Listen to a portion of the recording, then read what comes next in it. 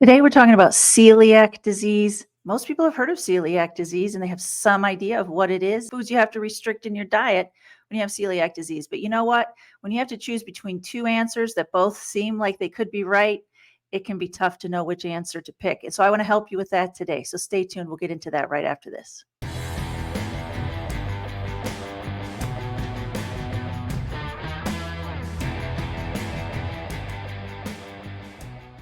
Hello, Clinic Review family. It's Dr. Sharon with Clinic Reviews, the home of the very best NCLEX review in the entire universe, in my opinion. Today, we are continuing on with the Blue Book, and we are going to be doing pages 85 and 86. Celiac disease is on those pages in the Blue Book. And I decided to focus on this right now because I want to focus on peds. Celiac disease obviously is not just in kids, but it's usually diagnosed in childhood, and so it's often presented as a pediatric question, even though celiac disease can be found in all age groups. So let's go ahead and talk about that. You're going to find that most of the questions are nutrition questions, which is nobody's favorite. Well, maybe for you it's your favorite. It's not my favorite. So let's go ahead and get started with question 1. All right, let's go ahead and get started. The nurse is conducting a health history on a school-aged child. Which parent statement would suggest to the nurse that a child may have celiac disease? Their urine is dark in color. They are so picky with their food. Their stools are smelly and large. They are so tall. All right, celiac disease is going to have primarily digestive tract symptoms because celiac disease is a malabsorption of gluten, and gluten is a protein. When gluten is not absorbed well, it actually destroys the lining of the gut. You're going to have a lot of digestive type symptoms.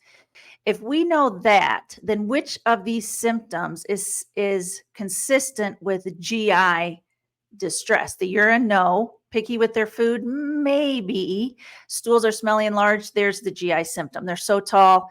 No, that has nothing to do with it. So it changes their stools.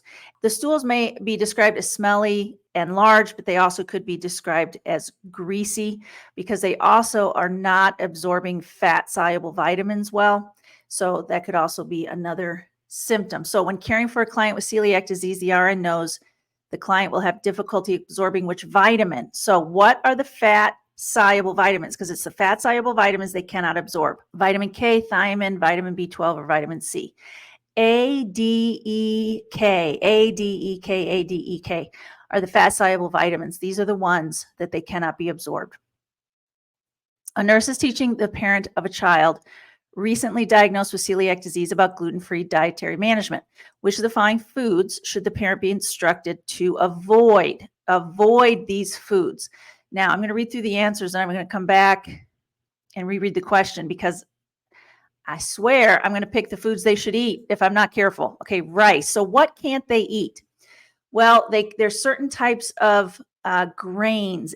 Gluten is primarily found in grains. So which grains do they have to avoid? They have to avoid wheat, oats, barley, rye, and alfalfa. So let's do it in alphabetical order. Alfalfa, barley, oats, rye, and wheat. Alfalfa, barley, oats, rye, and wheat. Those are the ones they have to avoid. So let's see what they have to avoid. Rice. No, they don't have to avoid rice. They can eat rice. Barley, that's out. Oats labeled gluten-free. Oats, okay, so this is a good option because you might go, well, they're not allowed to eat oats, but if it says they're labeled gluten-free, they can eat it. So yes, they can eat oats labeled gluten-free. Wheat bread, no, wheat is out. Corn is fine. Corn tortillas are fine. And rye crackers. So it's alfalfa, barley, oats, rye, and wheat. So they cannot eat the barley. They cannot eat the wheat. They cannot eat the rye crackers. So which of the following foods should the parent be instructed to avoid? They have to avoid those three: the barley, the wheat, and the rye. 4, the nurse is providing dietary education to the parents of a child with celiac disease. Which statement by the parent indicates a need for further teaching? Okay, they have celiac disease. Which statement is wrong? I'm looking for the wrong statement. Further teaching is a false statement. I need to check food labels for hidden sources of gluten. Well, that's true. It is safe for my child to eat gluten-free labeled snacks. That's true. I can substitute wheat flour with almond or rice flour in recipes. Yes. They can't have wheat. There's no restrictions on almond, and there's no restrictions on rice. So if they want to substitute wheat flour with almond or rice, that's fine. I can give my child small amounts of gluten occasionally to build tolerance. No, there's no building of tolerance with a gluten allergy. Okay, it's just going to destroy the lining of the gut, and that's not good. 5, a parent asked the nurse about safe gluten-free snacks for their child with celiac disease. Which of the following snacks should the nurse recommend? Select all that apply. Fresh fruit, cheese sticks, pretzels, yogurt without added gluten-containing ingredients, crackers made from wheat, fresh vegetables, or pudding cup. So the key to remember here is that fresh fruits and fresh veggies and fresh meats are all fine. The only thing you have to remember is there are some processed meats that could have grain mixed in with it. Grain could be mixed in with it. So you have to look at the labels if you get any processed meats. The other thing is commercially made puddings often have grains mixed in with them. It helps keep them fresh longer. And yogurts often have grains. Commercially made yogurts often have grains mixed in with them as well. So make sure you look at food labels, but commercially made puddings and yogurts are usually off the table. So which of the following snacks should the nurse recommend? So we're looking for the good snacks. Fresh fruit, yes. Cheese sticks, fine. No problem with cheese. Pretzels, it doesn't specifically say what kind of grains, but we know pretzels is made out of grain. I'm going to say no. I'm pretty sure it's not rice. Pretty sure it's not corn. So I'm saying no to yogurts. Yogurt without added gluten-containing ingredients. All right, yogurt, I said commercial yogurt usually has grains mixed in, but this has no added gluten-containing ingredients, so then it's okay. Crackers made from wheat, no. Fresh vegetables, fine. Pudding cup, no. So I'm picking the ones that they can eat. Those are the ones they can eat. The nurse is caring for a patient with celiac disease. Upon entering the room, the client's food tray is sitting on their table. Which of the following foods should the nurse immediately remove from the tray? Cooked chicken, cream of mushroom soup, broccoli, or milk. So there's nothing wrong with milk. They can have milk. That's not a problem, which is why they can have cheese as well. So milk is fine. Broccoli, fresh veggies, that's fine. Cooked chicken, fresh meat, that's fine. Cream of mushroom soup.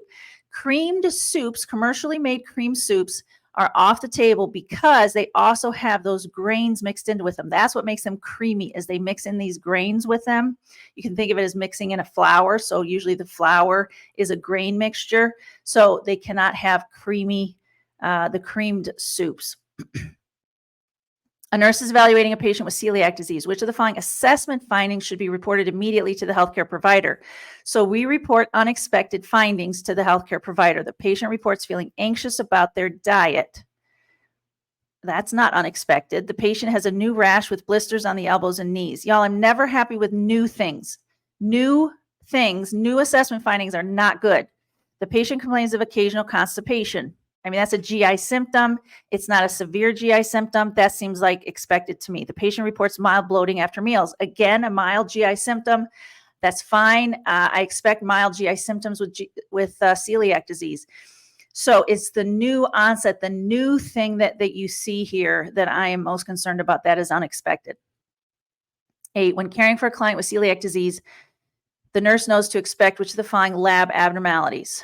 Okay, well, let's talk about lab abnormalities. So we know gluten is a protein that's malabsorbed. We know that it causes destruction to the GI tract, so that's a problem. We know they have trouble absorbing fat-soluble vitamins, A, D, E, and K. Is there anything else they have trouble absorbing? So the other thing they have trouble absorbing is iron. So they tend to be anemic. And so with the poor iron absorption, they tend to be anemic.